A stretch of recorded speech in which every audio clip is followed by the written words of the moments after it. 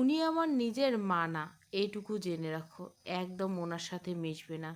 কথাটা বলে শান্ত ওয়াশরুমে চলে যায়। কিছু মুহূর্ত পর বেরিয়ে এসে মায়াকে কোলে নিয়ে আবার একসাথে ওয়াশরুমে ঢুকে। আজব, আমাকে কেন এখানে নিয়ে এসেছেন? ফ্রেশ হব তো আমাকে কেন টানছেন?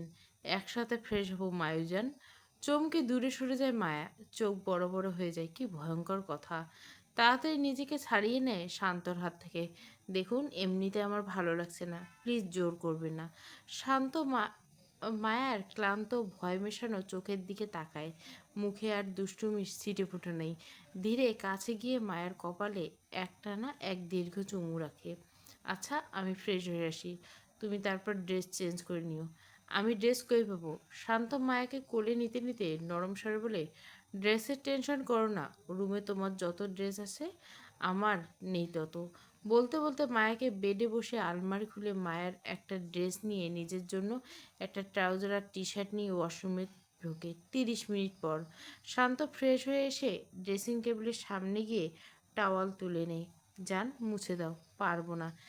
যেটা কিছুক্ষণ আগে করনি এখন সেটা করবে। কি করবেন? মায়া ভুরু কুচকে তাকায়। শাওয়ার। তুমি তো এখনো শাওয়ার নেওনি। আমি 2বার নিলে কিছু হবে না। শান্তর বলতে দেরি, মায়ার কথা মাথা মুছতে দেরি নেই। মায়ার কাণ্ডে ঠোঁট টিপে হাসে শান্ত। ওয়াশরুমে ড্রেস আছে, চেঞ্জ করে আসো। গরম লাগছে নিশ্চয়। মায়া কিছু বলে না, ওয়াশরুমে ঢুকে। ড্রেস আগের থেকে রাখা ছিল, তাই প্রবলেম হয় না। ফ্রেশ হয়ে চুল মুছতে মুছতে বেরোতে রুমে চোখ বুলে কেউ নেই। শান্ত হয়ে গেল। আর কিছু না ভেবে আয়নার সামনে তাকায়। নিজেকে দেখে কেমন যেন অচেনা লাগছে। নীল কালারের থ্রি পিস পরেছে, শাড়ির সাথে একদমই ফিটিং, যেন নিজেরই জন্য সেলাই করা হয়েছে। অদ্ভুত লাগছে। আয়নায় একদম সামনে গিয়ে নিজের প্রতিবিম্বের দিকে তাকায়। হঠাৎ মনে হয়, আমি কি সত্যি আমি? ঠিক তখনই শান্তর গলা ভেসে আসে ব্যালকনি থেকে। নিচু শান্ত, কিন্তু কণ্ঠে এক প্রকার আদেশ দেয়। মায়ুজান, কিছুক্ষণ পর তোমার বাবা আসবে। সুন্দর করে বলবে তুমি এই বিয়েতে খুশি, ওনার সাথে যাবে না। বাবার নামটা শুনে মায়ের বুকের ভেতরটা কেঁপে ওঠে। অজান্তে মুখে হাসি ফুটে ওঠে।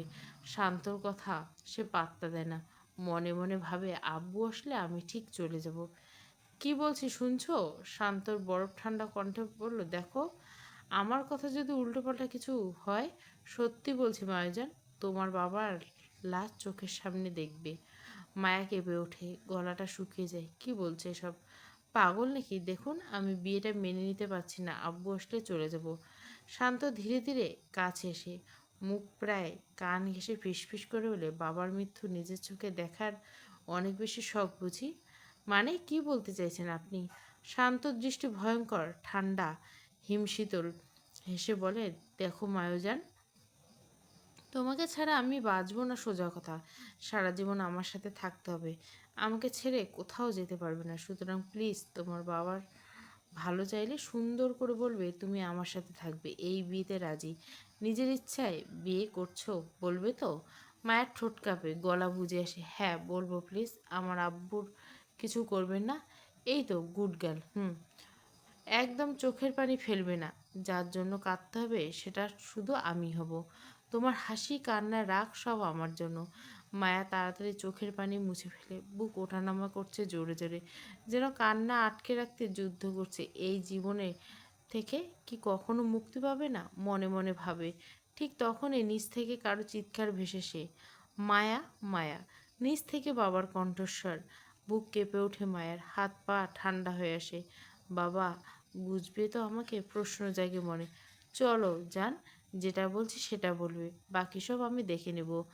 মায়া মাথা নেড়ে সায় দেয়। দুজন নিচে নেমে আসে। নিচতলার ঘামে ভেজা উদ্বিগ্ন মুখে দাঁড়িয়ে আছে ইনান চৌধুরী, মায়ের বাবা। চোখে স্পষ্ট আতঙ্কের এবং রাগের মিশ্র ছাপ। মেয়েকে দেখা মাত্র চাতক পাখির মতো ছুটে যায়। বুকের মধ্যে জড়িয়ে নেওয়ার জন্য হাত বাড়ায়, কিন্তু পাষাণের মতো শান্ত তার সামনে এসে দাঁড়ায়। নিজের প্রশস্ত দেহ দিয়ে মায়ের ছোট্ট শরীরটাকে আড়াল করে ফেলে। আর শ্বশুরমশাই এত উত্তেজিত হচ্ছেন কেন? মেয়ে জামাই বাড়ি এসেছে, বসুন, তারপর না হয় ধীরে সুস্থে সব হবে। গর্জে উঠে নীনেন চৌধুরী, কে শ্বশুরমশাই?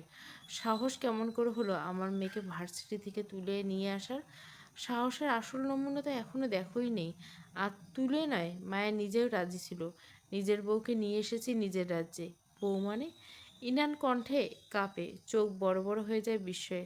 শান্ত ধীরে হেসে পকেট থেকে বের করে আনে কিছু কাগজ, একটি রেজিস্ট্রি পেপার 4 বছর আগের, আর একটি সদ্য লেখা বিয়ের কাগজপত্র। ইনান চৌধুরীর চোখ ঝাপসা হয়ে আছে, টলমল চোখে তাকিয়ে থাকে নিজের মেয়ের দিকে। এটা কেন করলি মায়া? তুই সেই 4 বছর আগে বিয়ে করলি, অথচ আমাকে বলিসনি। আবার আজ ইসলাম ধর্ম মেনে সব নিয়মে বিয়ে করলি। কেন করলি এমন? তুই তো বলেছিলি তোর ওকে পছন্দ না, তাহলে কেন করলি? শান্ত দৃষ্টি ঘুরে যায় মায়ের দিকে। মায়ের নিঃশব্দে একবার তাকিয়ে নিয়ে নিচু গলায় শেখানো কথাগুলো আওড়ায়। আগে ভালো লাগতো না, এখন ভালো লাগে। তোমাদের বলিনি, ভয় লেগেছিল। আমি জানতাম না এটা রেজিস্ট্রি পেপার ছিল, আজকে জেনেছি। কিন্তু এখন আমি ওনাকে ভালোবাসি, বিয়ে করছি। যা হয়েছে বাদ দাও বাবা। ইনান চৌধুরী স্তব্ধ হয়ে যায়। এই কি তার সেই ছোট্ট মেয়ে, দুষ্টু অবুঝ মেয়েটা, যার চোখে এক ফোঁটা কান্না নেই, দেখলে তিনি গলে যেতেন? আজ সেই মেয়ে কেমন নিষ্ঠুর স্বরে নিজের বাবার সামনে কথা বলে যাচ্ছে। মায়া তোকে এগুলো শিখিয়ে দিয়েছে তাই না? ভয় দেখেছে? দেখ আপু আছে, এখন টেনশন করিস না। সত্যি বল, আমার মেয়ের পক্ষে এমন একজনকে ভালোবাসা অসম্ভব। এইসব মিথ্যে কথা ওর শেখানো তাই না? মায়া কাপা ঠোঁটে বলে, না বাবা, সব সত্যি, কেউ শিখিয়ে দেয়নি। মন থেকে বলছি, আমি ওনাকে আগে পছন্দ না করলেও এখন করি। আমি সব মেনে নিয়েছি, প্লিজ তোমরাও মেনে নাও। পাষাণের মতো কঠিন সেই কথাগুলো বলে মায়া শান্ত পেছনে লুকিয়ে যায়। বাবার মুখে যে যে অসত্যের ছাপ, তা সে আর সহ্য করতে পারে না। শান্ত ঠোঁট বাঁকায়, গলা ঠান্ডায় বলে, এখন নিশ্চয় আপনার কোনো আপত্তি নেই শ্বশুরমশাই? মেয়ে শ্বশুরবাড়িতে এসেছেন, দাঁড়িয়ে থাকবেন না, বসে কথা বলেন। ইনার রাগে ফুঁসে ওঠে। তুমি কথা রাখনি শান্ত, বলেছিলে রাজনীতি ছেড়ে তবেই মায়াকে বিয়ে করবে। কই ছাড়লে না তো। এখনো 1 বছর সময় আছে। শান্তর চোখ মুহূর্তে অগ্নি ছড়ায়, ক্রোধে ফেটে পড়ে। আপনি কথা রেখেছেন? আমি এত বছর পর মায়াকে নিয়ে এসেছি এটা ভেবে? শান্তির নিঃশ্বাস নিন। কথা তো প্রথমে আপনি ভেঙেছেন। 5 বছর সময় দিয়েও আপনি রাখেননি কথা। আমার অগোচরে বারবার মায়ের বিয়ে দিতে চেয়েছেন। একবার তো বিয়ে প্রায় সম্পূর্ণ হয়ে যাচ্ছিল। শান্ত থামে এক মুহূর্ত, আবারও দৃঢ় গলায় বলে, আমাকে আলাদা করা এত সহজ নয়। আপনি কথা ভেঙেছেন, তাই আমিও ভেঙেছি। আজ আমি সফল একজন বিজনেসম্যান, কাউকে ছাড়াই নিজের জায়গা তৈরি করছি। তাই প্লিজ এখন আর কোনো অজুহাত দেখাবেন না, মেনে নিন। আপনারও শান্তি, আমারও শান্তি। ইনান চৌধুরী চুপ হয়ে যায়। আসল কথা ভঙ্গ প্রথমে সে করেছে, কিন্তু সবই মেয়ের ভালোর জন্য। আজ সেই মেয়ে যেন তাকে প্রতারণা করলো। চোখের জল নিয়ে ইনান ধীরে ধীরে পেছন ঘুরে বাড়ি থেকে বেরিয়ে যায়। দরজার চৌকাঠ পেরোতে চোখ থেকে গড়িয়ে পড়ে 2 ফোঁটা অশ্রু। সেই অশ্রুর জল তার বুকের সমস্ত গর্ব ভিজিয়ে দিচ্ছে। অনেক আদর যত্নে বড় করেছে মেয়েটাকে। আজ সেই মেয়ের মুখ থেকে এমন কথা শুনে তার বুকটা হিম হয়ে গেছে। ইনান চৌধুরী চলে যেতে শান্ত স্বস্তির নিঃশ্বাস ফেলে। মায়া ফুপিয়ে কেটে ওঠে।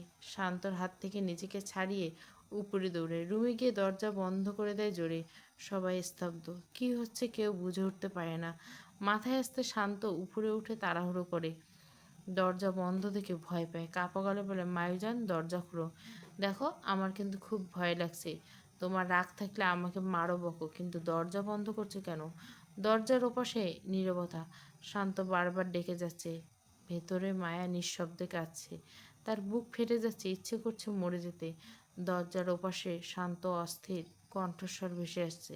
তবু মায়ের মন টানল না, শুধু ঘৃণা আর অস্বস্তি ও এক অসহ্য ভার জমে ওঠে বুকের ভেতরে। অনলি মাইন পর্ব 4, গল্প প্লেলিস্টে পুরো গল্প।